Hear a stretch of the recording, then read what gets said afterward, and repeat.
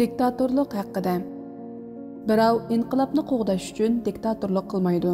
Aksicha, diktator bo'lish uchun inqilob qiladi. Zulmning obyekti zulm, qiynashning obyekti qiynash, kuchning obyekti kuchdir. George Orwell 1984-yil nomli asardan. Siz diktatorlarning, askarlarning ishdagi miltiqi o'rnatilgan nayza, tig' va soqchilarning kaltaklar bilan qo'rshalgan supida turganligini ko'rsiz.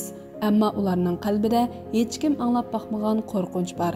Ular so'zlardan va o'y-fikrlardan qo'rqadi.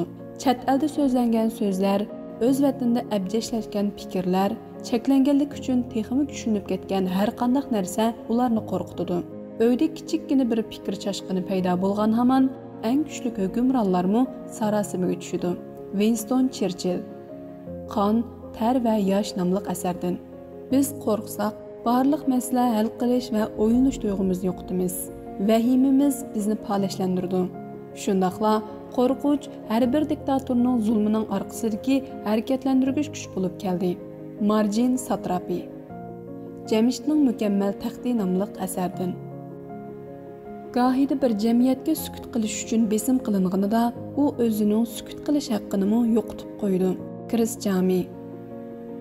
Rahimdil diktator hukmi xuddi oliyjanob o'g'ri, batlik fohisha hukmlarga o'xshashla bema'ni fantaziyadan boshqa narsa emasdir.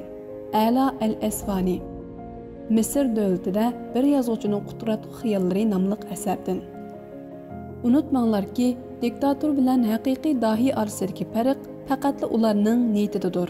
Abhijit Naskar. Huquq mas'uliyati bor kuchdir. Uni cho'qim mas'uliyatchan kishilarga topshirmoq lozim. Amit Kalantri. So'zlar boyligi nomli asardan. Siyosatda kam bo'layotgani rahbarlarla emas, ruhning mustaqilligi va puhralardagi adolat tuyg'usimi zo'r darajada ojizlab ketdi. Gazetlar qo'yga o'xshaydigan ommani 2 hafta ichida qattiq hayajonlantirib, ularni bir qancha manfaatdor guruhning arzimas nishonlari uchun forma kiyishga, o'ltirishga va o'ltirilishga tayyor holatga akilalaydi. Albert Einstein. Men ko'rgan dunyo nomli asardan. Diktator aytadiki, sen xohlaganingni o'ylay olaysan, ammo o'ylaganlaringni hargiz yozmaysan yoki so'zlamaysan. Agar bu chekdan eshib ketsang, bexatarligingga kafolat qila olmaymiz. Bangambeki Hamyarimana. Buyuk hikmat marvoyati nomli asardan. Huquqqa savdo bo'lganlar diktator bo'ladi. Hukmronlarga maftun bo'lgan kishi qul bo'ladi. Amit Kalantri. Nurg'un yillar ilgari diktatorlar kishilarni ittifoqlashtirishda o'rtaq nafratning, o'rtaq muhabbatdan bakrak qarg'a kelganligini bayqadi.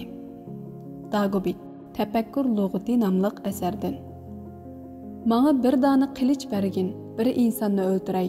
Menga bir sado berginki, bir davlatni o'ldiray. Fafi Konrad.